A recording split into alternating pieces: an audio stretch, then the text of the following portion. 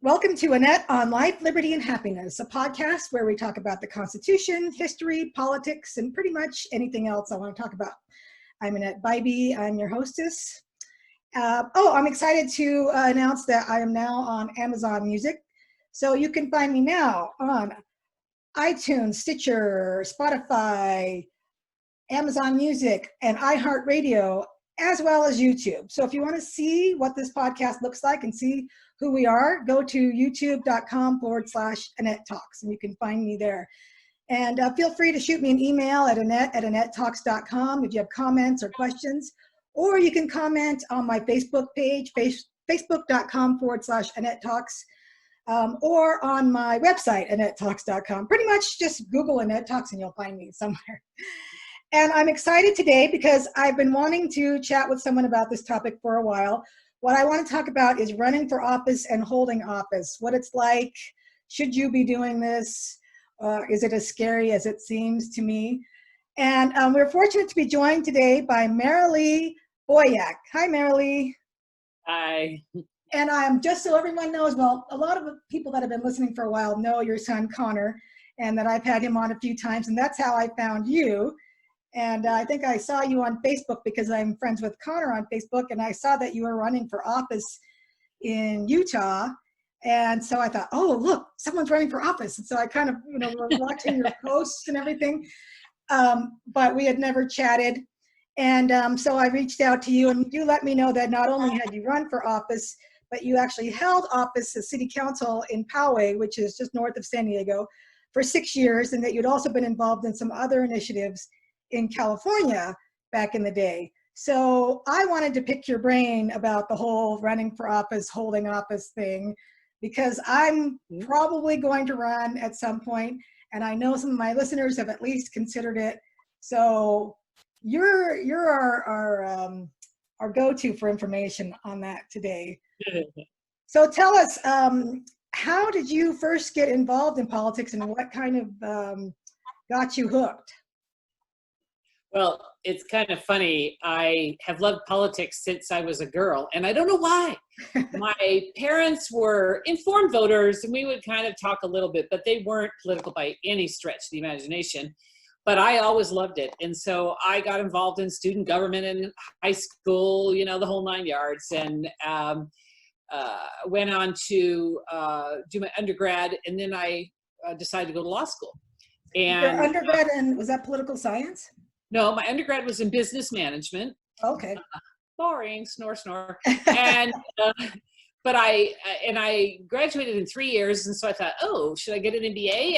And I just had this feeling, no, you should go to law school. And I thought, okay, why not? So hauled off and went to law school. There were only 4 women in my class. Only 2 of us made it through the first year. Oh my gosh. So things have changed now. It's 60% female. I'm like, whoa. Anyway, and I began getting involved in my community.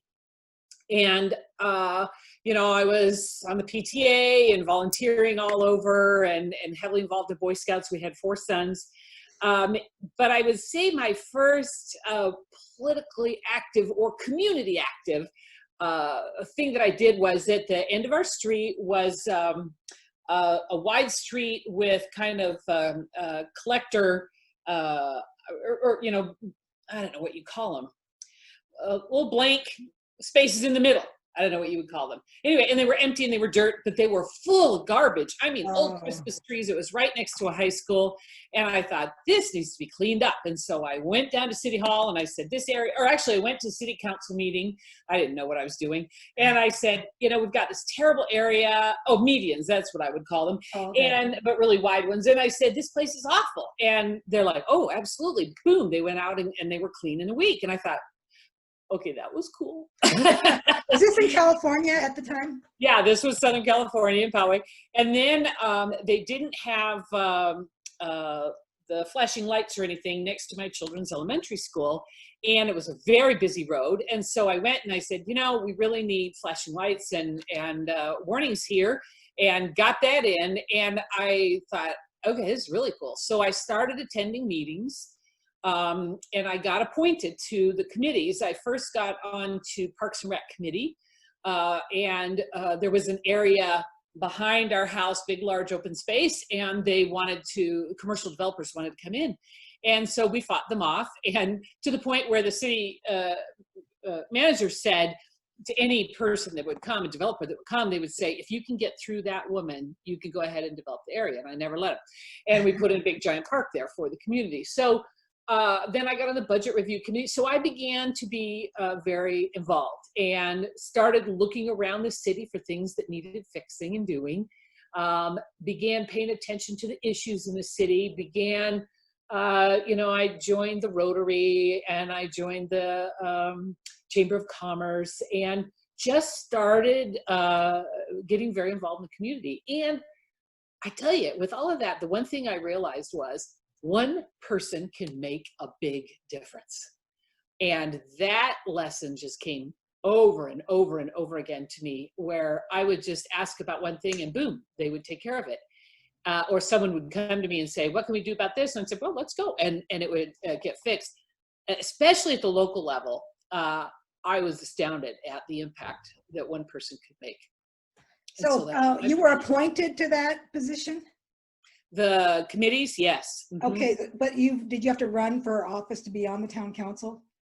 Well, so then, let's see, in 1996, I had a midlife crisis. It lasted 20 minutes. I'm very efficient. And I said to my husband, I want to run for office, and I want to teach at BYU Education Week, and I want to write a book. And he said those wonderful words that every spouse should say. He said, go for it, and was totally supportive. Within 2 weeks, the city council member called me and said, can I meet with you? And she said she was stepping down and wanted me to run for her spot, which I did. I ran, and I was still very unknown in the community, right? I was just kind of beginning to build my cred, and ran, had the support of the mayor and two of the council members, was running very, very well when the mayor, who had a problem with strong women, decided to pull his endorsement on the front page. And so I ended up losing. Oh. And it was a good, especially for a person coming out of nowhere, it was a good first race. But the president of the Chamber of Commerce won. And I remember thinking, what the heck was that? Here I'd made this monumental effort, and I wasn't in the habit of losing, to be honest. And I was pretty surprised by that.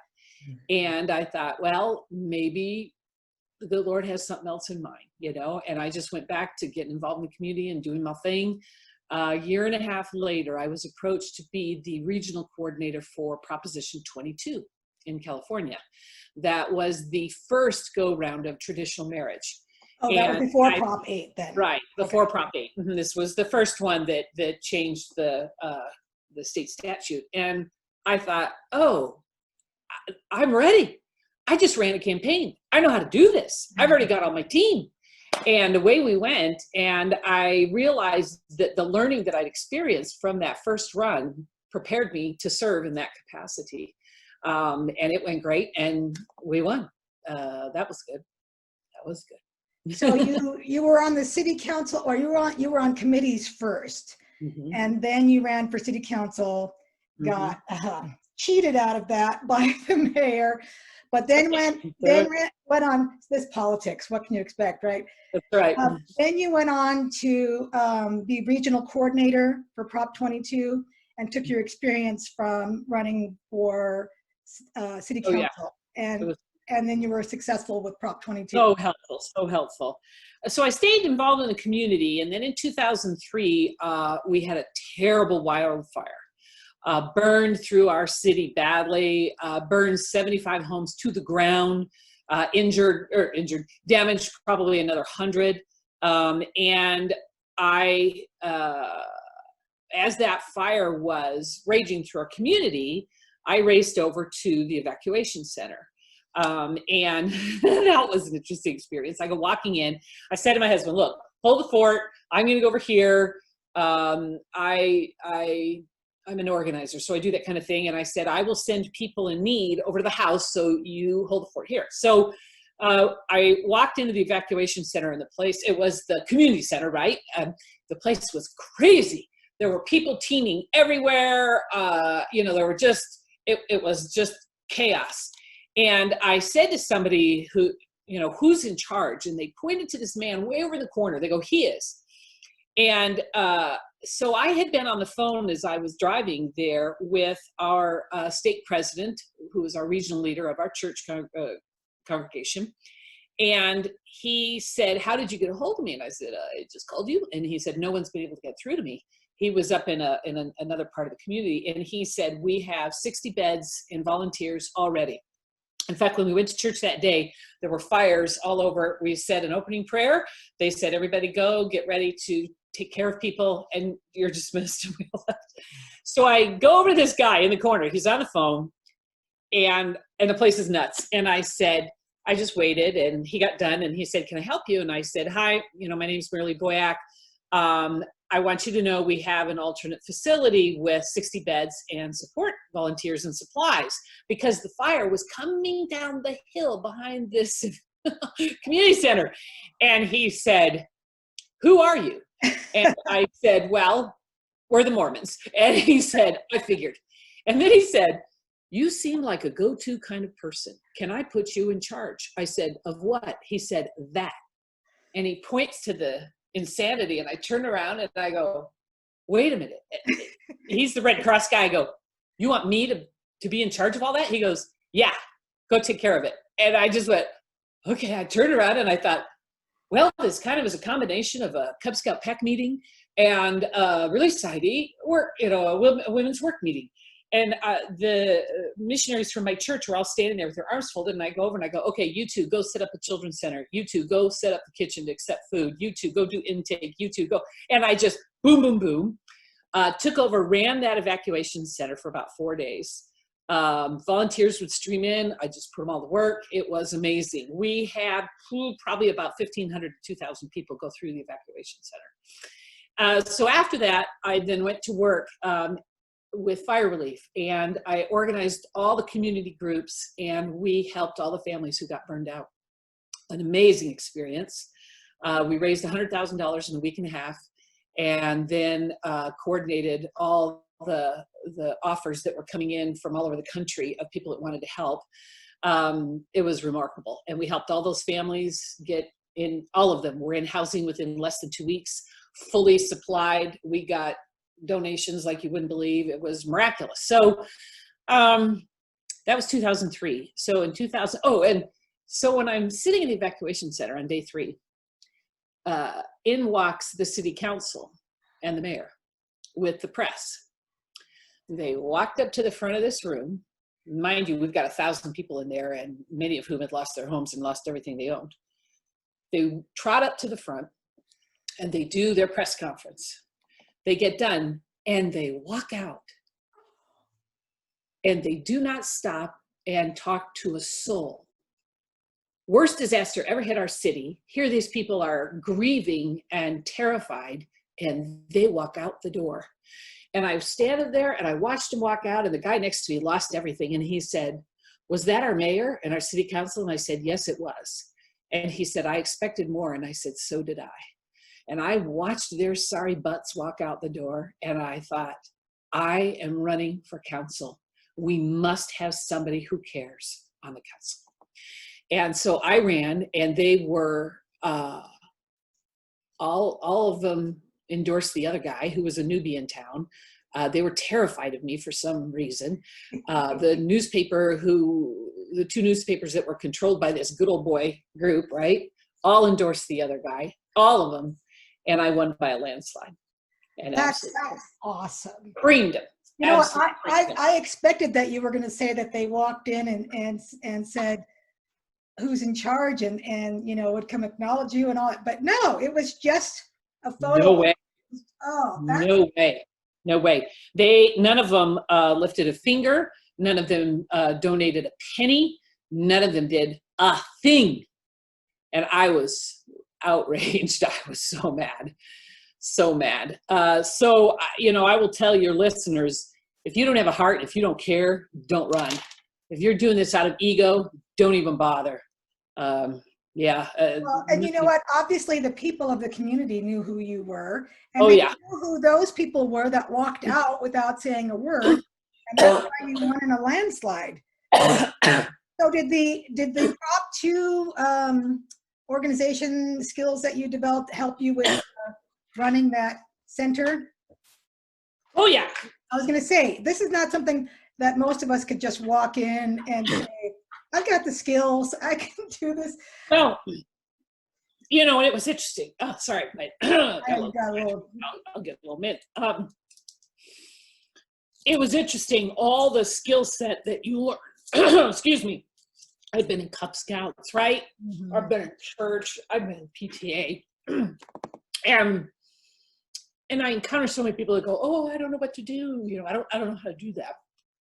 And I say, "Are you kidding? Are you kidding? You know, you've run a team at work. You've run a household. You've taken care of a family. You volunteered. You got skills in spades." Mhm. Yeah. So I got elected in 04.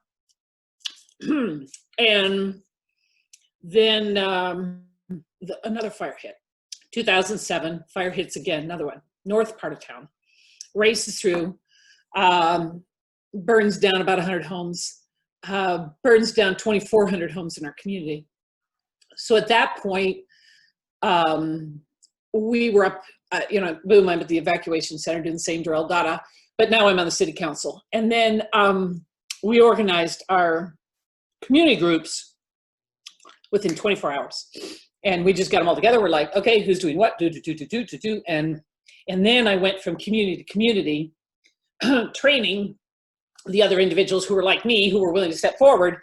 Here's what you do. And we got all the communities responding to the fires as well.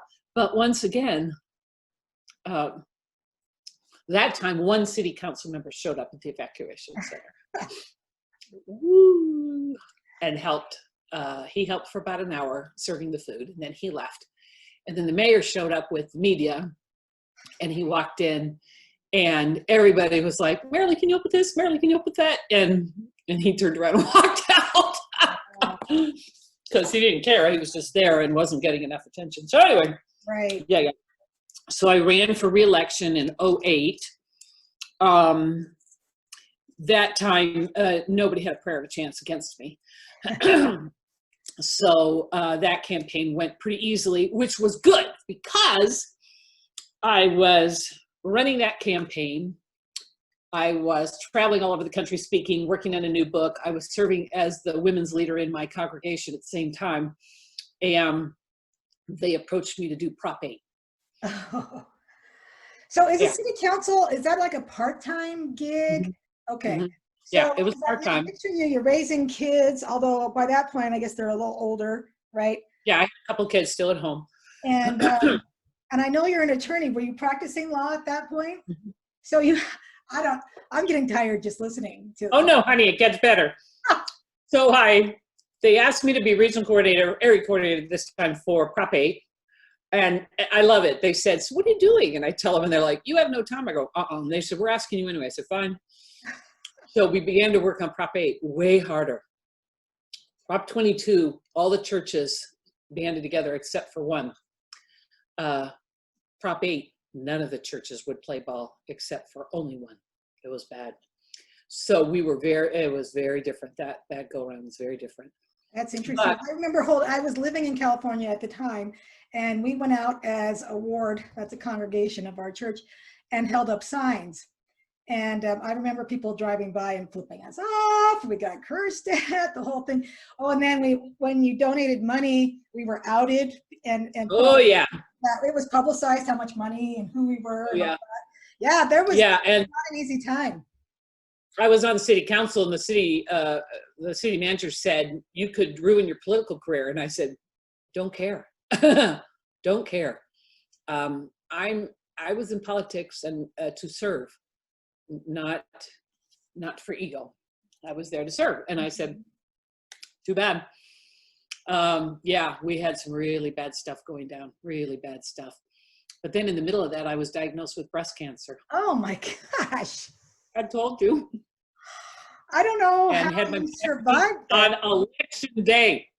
My surgeon calls and says, well, we have to do your surgery on Tuesday. I go, Tuesday's not really a very good day for me. She said, oh, are you a poll worker? I said, no, I'm running for office. No lie. I had my mastectomy that morning. And Most of us would be overwhelmed just by the breast cancer. oh, hello.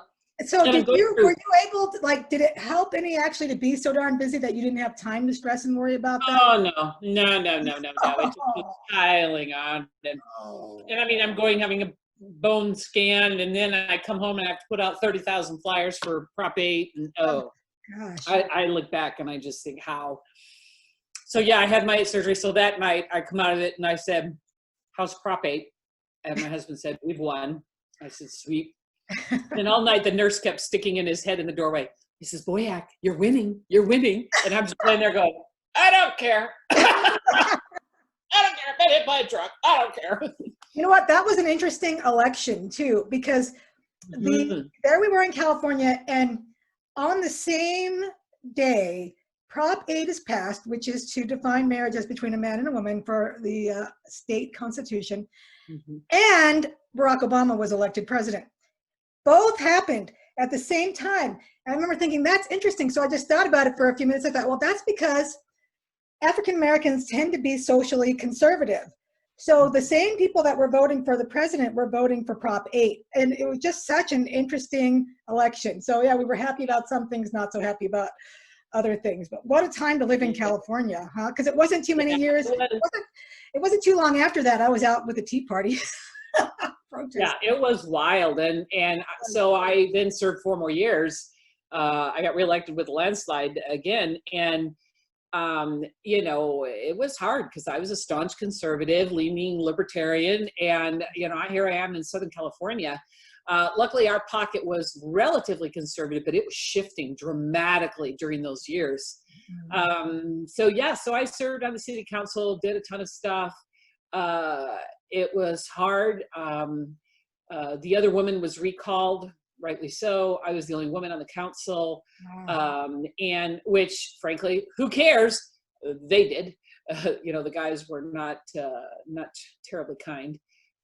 That's the understatement. And yeah, but I tell you, I loved having a neighbor call or somebody from the community call, and I could, with one phone call, solve their problems. That was awesome. I loved that. We had a very responsive staff. They really placed their priority on serving the residents. It was phenomenal. And we did a number of things. We did a Poway Spirit Day. We started a 1-day day of service. The entire community would come out and do service all over the community. We did some really cool stuff. I started a PCLI, Poway Community Leadership Institute, training people for your very thing. If you want to run for office, or if you want to serve in the Chamber of Commerce, if you want to be on the school board or whatever, and we held a 2-day training, and then they did a 6-month project, and so we did that. It was fun. It was fun. Awesome. So so you served 8 years on the city council, and so that took you what, to 2012? And in 2012, I considered running for mayor. The mayor we had, our mayor died. We were doing chemo together. And he died. And the other guy had been in for decades. In fact, when I ran, the average tenure was 25 years. Wow. Yeah, it was ludicrous. So I ran. I said I will serve for 2 terms, and then I will step down. And so I stepped down, and it floored the entire community because everybody stayed down for life. And I said, I believe in a robust republic, and I want lots of voices, and no, I'm stepping down. So I considered running for mayor. My health still wasn't quite strong enough. And I thought, no, I just didn't feel right about it. So I didn't run, which is good because the next year we ended up moving to Utah. Wow. Came to Utah. So in 2013, you go to Utah, and is your health getting any better at this point? I mean, in 20. Oh yeah. I just had like a ton of surgeries, and stuff that I had to go through and recuperate from. But I came to Utah and swore off politics. Utah's good. it's Utah. Everything's fine. I don't need to do anything here. I'll just do humanitarian work. And the good Lord had something else in mind. And one morning I wake up with this in my head saying, "You're Mother Teresa, you're Margaret Thatcher, not Mother Teresa. Get back to work." No lie. And I went, huh? What? and it just I was going to repeated. say, I cannot imagine you, just in the few minutes that we've been talking and just having met you, I cannot imagine you ever having sworn off politics. Well, I was still paying attention, but I was doing the humanitarian work. I was with Mothers Without Borders. We were doing work in Africa. It was awesome. But then after the cancer, I couldn't travel to Africa for a while. And so I thought, well, I'll just do good. I'll just do good. And, that didn't last long. Yeah. Didn't last long. So here I got involved with Family Watch International. We're a global nonprofit that protects the family, pro-life, protects children all over the world. That was awesome. And as I got involved and paid attention in Utah, I realized, there's a lot of problems here.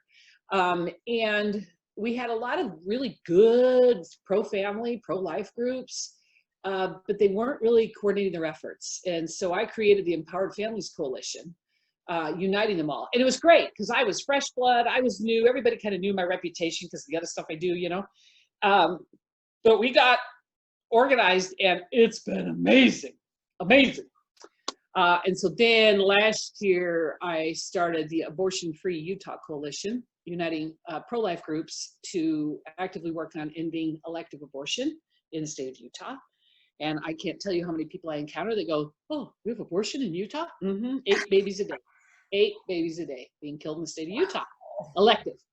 So we formed that coalition, and then I felt like I was supposed to run, and I fought that for about 1.5 years. I fought tooth and nail. I did not want to run. Did not. It's like, to the women out there, it's like having your second baby. It's going to hurt. I was going to say, before we get to your next decision that obviously you came around to running again, why did you not want to run? First of all, I didn't want to run local. Been there, done that, right? I'd been involved locally for decades. And so I didn't really have a strong push to go there. I was content. I was working with Family Watch International, and we were working all over the world doing amazing things to protect the family and to protect children and protect life. The Empowered Families Coalition was just going gangbusters. It's been just really effective. I was good, right? I started Abortion Free. I was busy. I was working as executive director of Family Watch while I was also doing my law practice. So I was putting in 50, 60-hour work weeks. I was good. I was plenty busy. I didn't need nothing else. Feeling you're the type of lady that's always been busy and always will be busy. That's just my guess. Amen. Yeah. You're a type A lady. And I'm a screaming type A. I'm sitting here because, and I'm probably speaking for a lot of people out there that are listening. I've had some people tell me type A. I don't consider myself type A. I'm definitely not you type A. That I know. Definitely not you type A. Mm-hmm. And so I think she can do it because she's a type A, and so she can juggle all these balls in the air, and she can put in 50, 60-hour work weeks or whatever. That's not me. So should I just stop even thinking about it right now? Because no. I tell you, some of the most effective people I have seen in politics are the quiet, the centered, I focus on, this area. Oh, no. What I love about a republic and representative government is it's representative. It doesn't just say, you have to fit this mold to do this job. Baloney. And in fact, when I was running for state office, I encountered this one woman, she goes, "We have entirely too many lawyers up there." And I said, "Actually, no, we don't. No, we don't." I said, "I've been shocked at how few there are because they can't take 2 months out of their law practice and go, 'Excuse me, I'm going to go do this for a while.'" And I said, "No, there are, teachers and engineers, and there's, guys that work on air conditioning, and there's people, there's just, bankers and moms and grandpas, and there's just all kinds of people. And That's what makes our government representative. If all we had were, ridiculous type A lawyers, we would have a horrible government. We would have horrible, it'd be horrible. You don't want a country run by bulldozers. You just really don't. I mean, there's a role for a bulldozer. I'm a bulldozer, right? So I get it. There's a role, but oh my gosh, I need right next to me, the woodworking guy, and then I need, the grandma, and then we need all those people to have good government. Okay, good. Oh. Now you make me feel better because I'm thinking, that's so not me. That's just no.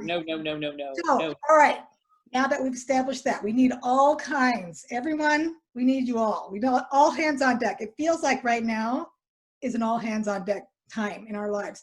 And, you and I talked about this before we started recording, but my goal with talking to you, and then next week I'm going to talk to someone who's been very active in protests and things like that. And then the week after, I'm going to talk to a mom who's been helpful in getting her daughter unmasked for school. My goal is to talk to people who are out being involved in various different ways so people can find their goal, their role, their niche, whatever it is that they should be doing. Because we are in a time right now that it's got to be all hands on deck.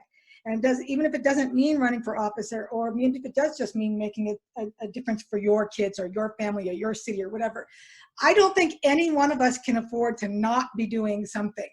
And especially not if you're feeling prompted. And a lot of us that are in the church or Christian or whatever, God-fearing people that feel called to do something, if you're feeling called to do something right now, it's time to do that thing. You've got to do that thing, whatever that thing is. And I've had the same fire in my belly that you've had all my life. Both my parents were very political, so I was raised that way. My dad was an attorney. And yeah, my poor children. Poor Connor. Well, Connor obviously is very, he's taken up with that because he's president of. Well, funny. Of all my kids, he hated it the most and griped and complained the most. So we all laugh at him now. We're just like, here you are doing it full time. That's awesome. Because we had our kids involved in the community, doing door to door, working on issues. We did this as a family. It was a very big thing.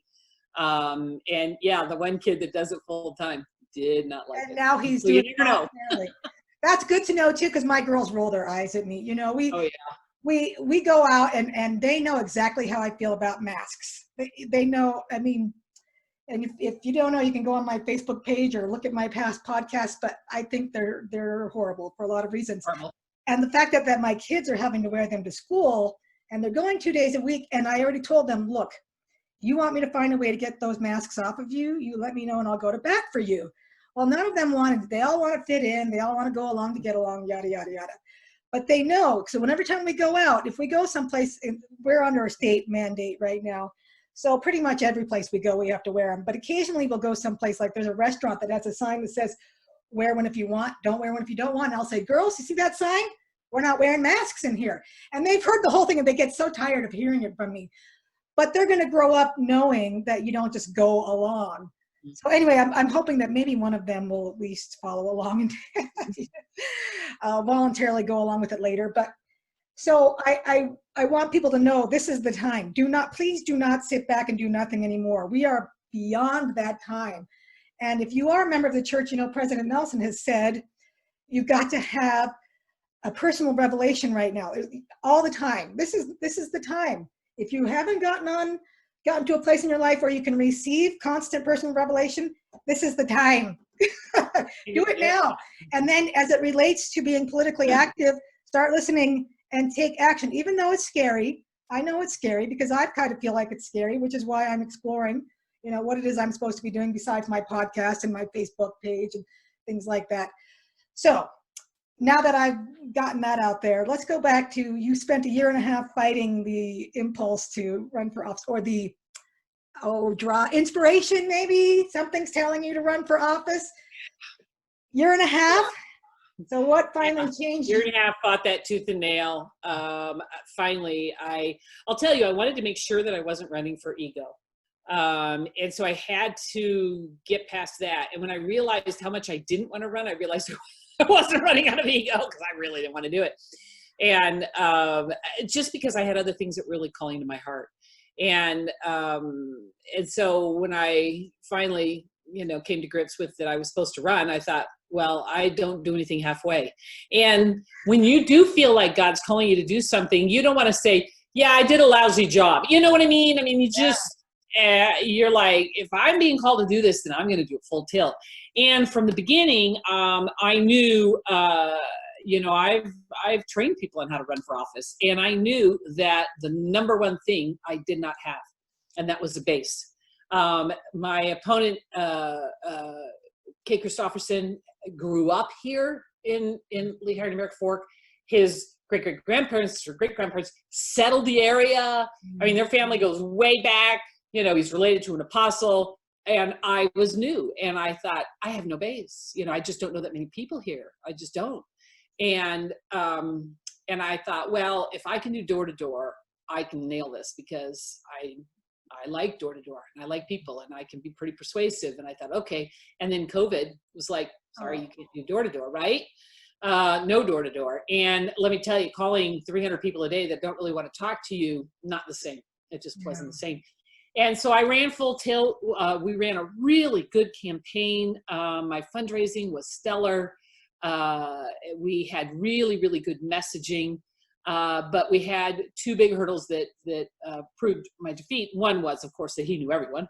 That's a big one. Yeah. But then the second one, about a month, as many of you know, about a month before the election, the liberals came out and told everybody to register register Republican, and to vote. They wanted to get Huntsman in desperately, and I was very much targeted. They wanted me out because I had been working, fighting on a first name basis, Planned Parenthood.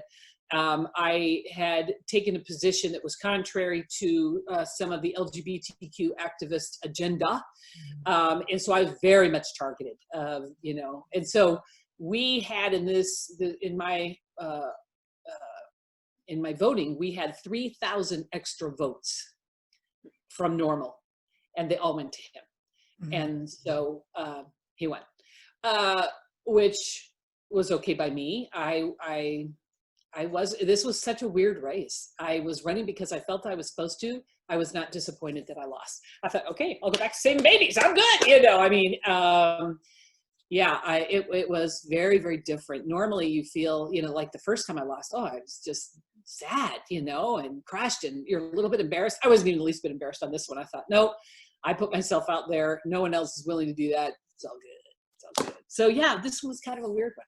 I wonder, do you have any, I'm sure you've thought about this a lot, but why do you think you were told to run if you weren't going to get elected? I don't have the answer yet. And I am okay with that. Like I say, the first time I ran, the answer didn't come for a year and a half of, here's why you needed to do that. It was to learn for this. Okay. And so this time I was so open. It's a really great way to run. When you're running because you think you're supposed to, but you don't care whether you win or lose. It's very odd. I don't always recommend that. I think it's good to have a fire in your belly. But it just was the way this one unfolded. And I was okay with that because I knew, win or lose, there would be good things that would come of it from my effort. That there would be good things that I would learn, that I would inspire a lot of people. I'll never forget, I was talking to this one woman, and she said, my 3 daughters have been watching you and are so inspired by what you're doing. And I thought, maybe I'm running for them. Maybe I'm running for those 3 little girls who someday will turn around and run. And so I was totally okay with that. I was okay with giving it, and I was putting in, 12-hour days every day after day after day. I was willing to work really, really, really hard and let it turn out the way it was supposed to turn out. So yeah, we'll see. Well, that's awesome. I mean, that's actually, I think, a really great way to run. If you can keep, the 12-hour days going, like keep the drive and, all that going, but still be okay with the idea of not winning. I think that's awesome because you can almost be more genuine, like, whatever, I'm just going to put myself out. I know. I thought, don't care. I don't care that you're upset with me taking a strong position defending the family. Don't care. People were like, oh, they're really coming after you over your stance on, abortion. I'm like, bring it. I got no problem with that. I will stand for truth, and I will fight for truth. And like I say, didn't care about the consequences. I wasn't going to backpedal at all. Well, I would have voted for you if I lived there. Yeah. So that brings me to the big questions that are coming up in my mind now. Then, if someone decided they did want to run for something, I don't know, city council, school board, anything, if you're starting small, how do you even get started? Like what's your first steps, you know? I think one of the things that irritates me, and I see it a lot here in Utah, is people that run without a civic resume. When we just had our last city council race in Lehigh, I would say, and we had what, 8, 12 people? We had a lot of people run. Out of that whole group, besides the incumbents, there was only 1, maybe 2, that had done anything in the community. I mean, anything. Served in, you know, coached their kids' Little League, anything. And I remember going to the debates and asking, tell me what you've done in the community. You don't, you know, and people were running for mayor and they hadn't, and I'm like, how many city council meetings have you attended? Well, I just started. Well, so, you know, I got a real beef with that. If you are committed to your community, get going. Go out, volunteer, get involved. They're always desperate for people to be on those committees. Mm-hmm. It's a great way to learn. It's a great way to build your experience, your resume, your networking, your understanding. Yeah. If this is something you want to do, if you want to get on the school board, start attending the meetings every single time. Start speaking on things. Start volunteering to be on committees. Start paying attention to the issues. Start sharing with other people. You don't just start by running. Craziest thing. It's just mind-boggling to me. And I encounter so many people here that say, oh, I'm going to run for governor. I'm like, really? Okay. What are you doing? You know, and how many people do you have on your list? You know, well, I have 250. Keep going. You know. Keep going.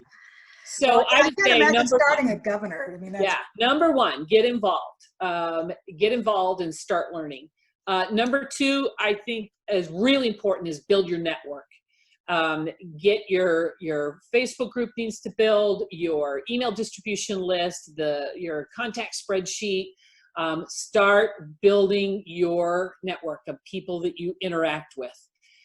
Go attend meetings and chat with the person next to you and say, hey, you know, can I kind of dialogue with you, you know, maybe in the future, and start collecting and building that network. That's enormous. That's enormous. And see, I had been building that on the state level because I had been working at the state level, and I had not been building it at the community level because I had no intention of running. So that bit me, and I knew better because when I ran, I thought, oh, nope, I haven't been building my network local, you know, which I needed to do. And so that's huge. Start building your base, building your network. And you don't have to pester people to death, but reach out to them. Maybe a quarterly, hey, how's it going? You know, want to let you know what I'm doing, you know, what's up with you, and keep the little thread of networking going. If you get their contact information, they never hear from you, you're done. They forget. Or if you ping them constantly, here, let me send you this latest, let me share with you all this latest stuff I've seen, and it's so dangerous and awful, and forget it, you're done.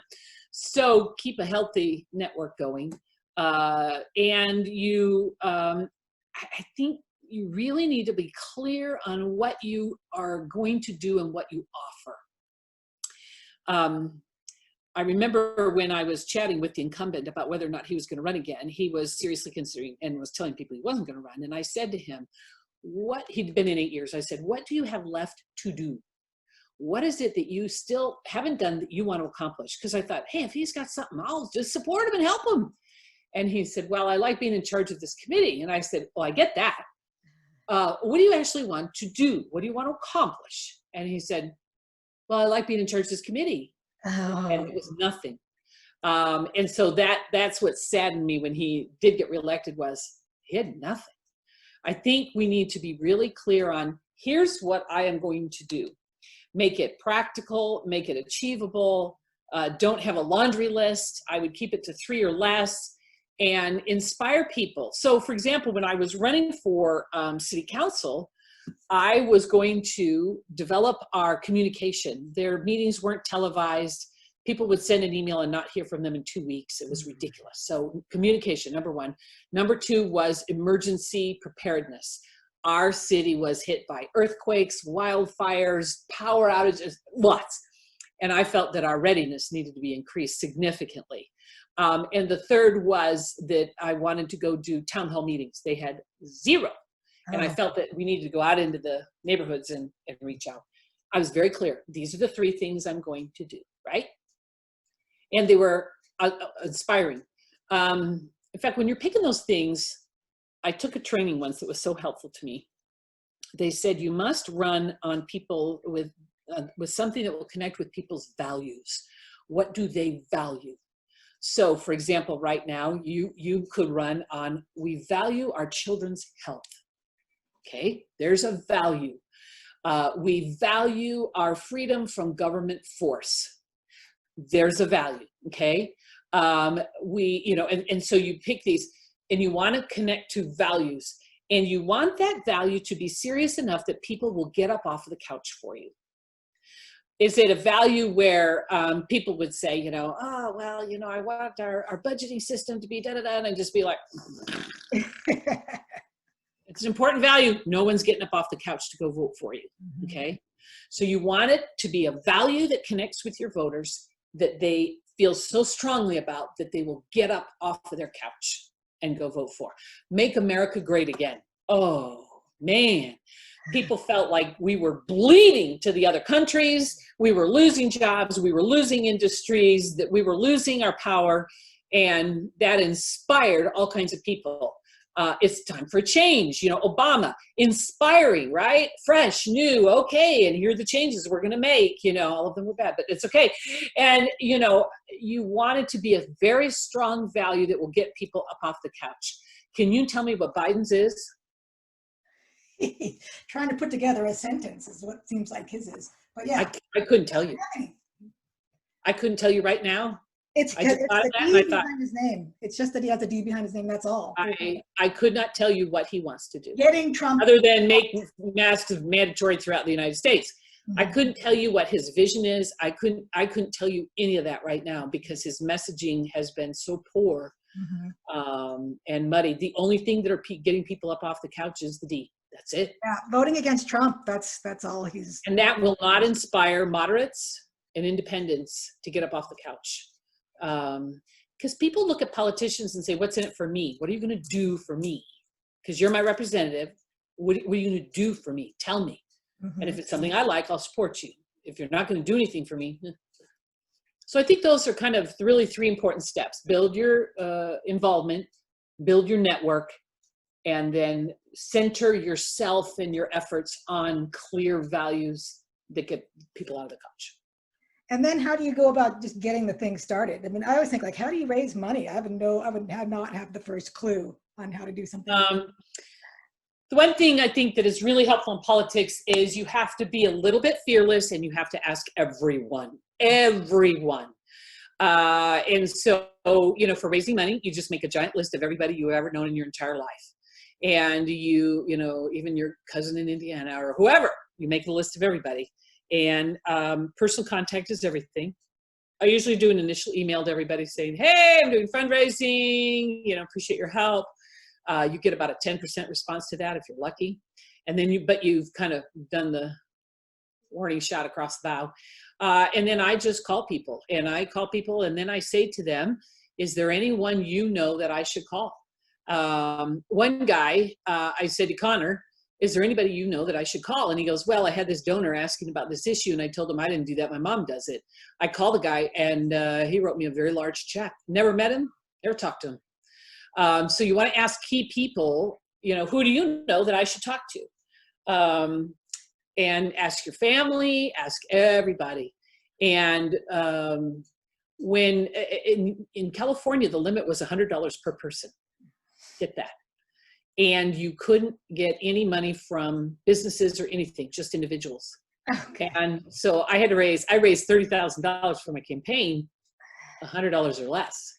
Wow. And so that was right. Lots of phone calling. And I would say, well, the limit's $100. They say, well, how much do you need? And I go, well, the limit's $100. And I just kind of let it dangle there, and most of them, would say, oh, okay, but if it was a struggle, I would say anything. I'm grateful for anything. And I'll tell you my favorite donation, Carmen Cubits, every campaign, $15. She was always my first check. I'd get this little envelope in the mail with $15 from Carmen Cubits. And it was my favorite. At anything I worked on, I would say, I'm doing fundraising, and I'd get $15 from Carmen Cubits. So it was really cool. So you just have to do a lot of personal outreach. People donate to you, so you need to call them. And be okay with a no. And I would say, if they said no, I would say, okay, I get that now is not a good time for you. Would it bother you if I reached out to you in another, month? And oftentimes they would say, you're right, now's not a good time, call me in a month. And I would get them on round 2. Sometimes they would say, no, leave me alone. And it bothered me forever. No, that was very rare. Never. So yeah, you just ask and ask and ask. And that goes for volunteers as well. People want to help you. People like you. They want to help you. Tell them how they can help. Don't feel bad about asking people to help. And I'll never forget when I lost the very first time, we were in the church ladies meeting, and one of the ladies spoke up and said, I want to talk about the fact that Merrilee lost. And I'm like, thanks. Appreciate that. Yeah. And she said, my whole family volunteered, and we all walked door to door. And you might think that that was a waste, but it wasn't. She said, we have never felt more energized and more involved in the process. She said, we are forever changed. And from now on, we'll pay attention and we'll help candidates. She said, I am so grateful that we had that opportunity. That was so inspiring to me of, it's okay to ask people to help. It can be a great blessing. And so I'm very clear about, when people say, oh, how can I help? I go, oh, that's great. Can you go walk to, 50 doors and carry my flyer? And sometimes I kind of go, because a lot of times people go, oh, let me know how I can help. And they don't want you to actually ask. Mm-hmm. But I do, and I give them ways, can you come stamp all my postcards? Can you do this? Can you do that? And I put everybody around me to work. And if they say no, I immediately do the backflip and say, oh, that's okay. No worries. And oftentimes they'll say, oh, we have sickness in the family, call me back in 2 weeks. You know what I mean? But I ask everybody to help. And I assume that helping is going to be a blessing in their lives as well, a positive experience. Yeah, I hadn't thought about that before, but that actually is. I've worked on several campaigns myself. And I've gone back again and again, and yeah, a lot of times, most of the time they lost. But I never felt like that was a waste of time. And it wasn't my fault they lost. It was just, But I had a ward member who ran for state senator. He was running for re-election, and I worked for him in college. And it was. I still have fond memories of doing that, even though it wasn't like fun work. It was phone calls. It was stamping. It was stuffing envelopes. It was walking door to door. It was handing out flyers. I still have good memories of that time because I was engaged. I was involved in something bigger than myself. Yeah. And it's the democratic process, and not enough of us get involved. Yeah. So I think, it sounds like a lot of work, and it sounds very difficult, but it also, I'm guessing, is very rewarding for you, even when you don't win. And so what do you say? Yeah. You recommend this to people that feel drawn? Oh, yeah. Oh, yeah. Oh, yeah, absolutely. Not even a question. Win or lose, it's such a wonderful part of who we are. Oh, no, absolutely. Go for it. Absolutely. Yeah. Awesome. And I've won twice, lost twice. It's, no, I would totally recommend it. Awesome. Well, I had 2 questions, I think, that came on Facebook I was going to ask you, because I reached out to my Facebook listeners and I said, what questions do you have for Merrilee? And one of them, these are kind of not that related, but I'll throw them out there anyway. One of them said, do you think the mandates are constitutional? And I'm guessing she's talking about the mask mandates.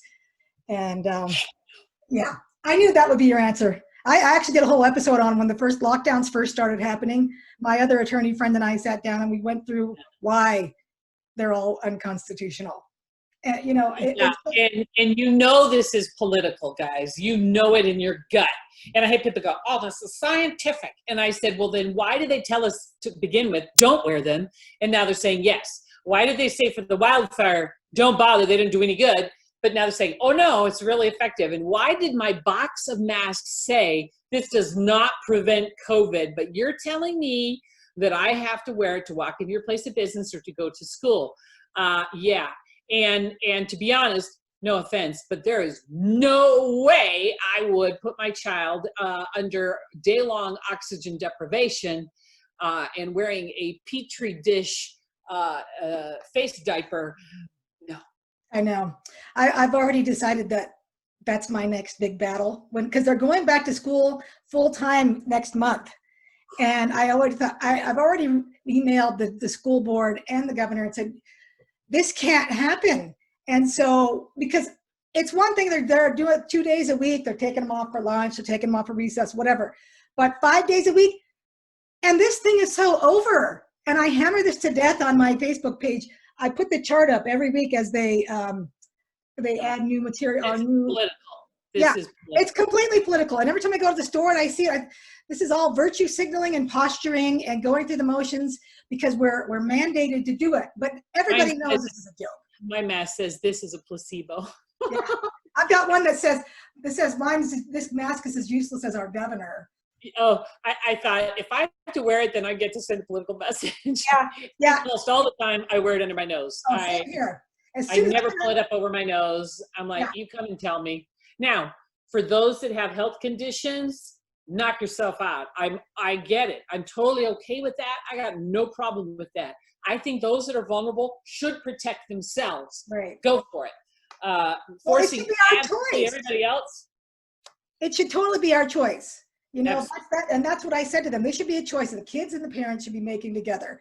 But I can't stomach sending my kids there, 5 days a week in these things.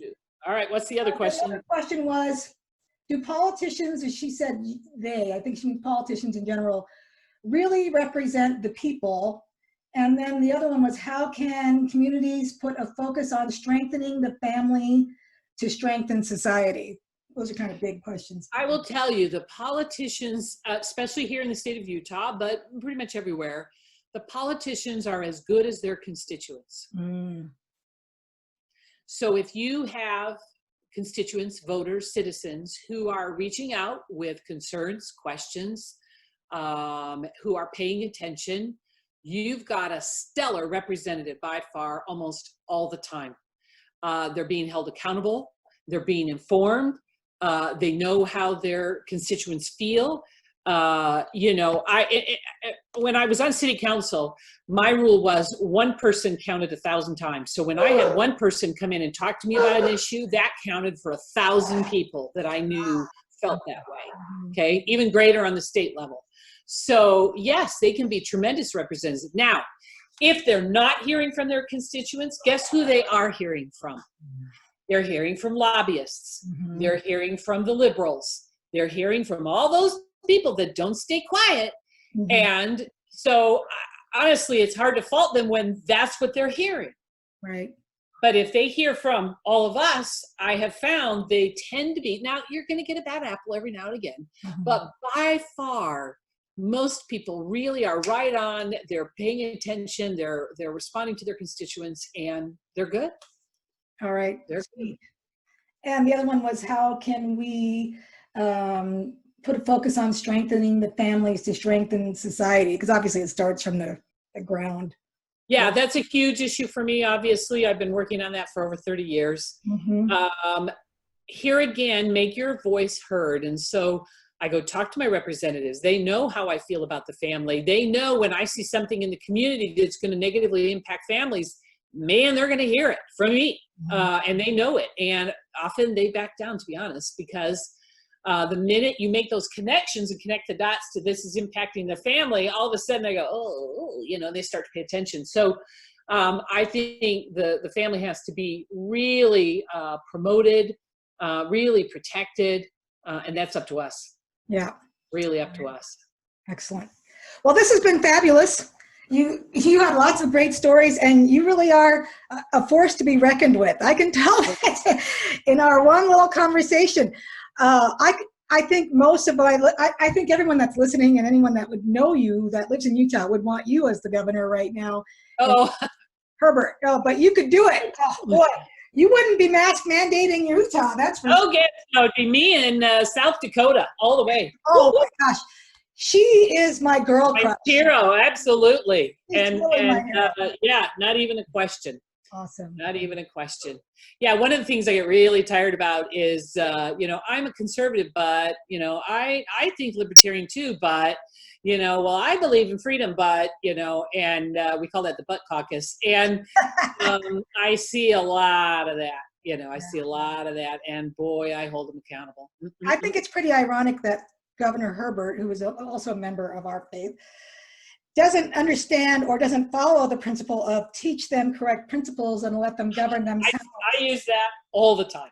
Yes. All the time. People go, well, I've been thinking too. I use that all the time. Like Christy Nome, that's who she was. That's what she did. She said, this is what's going on. You make the choice.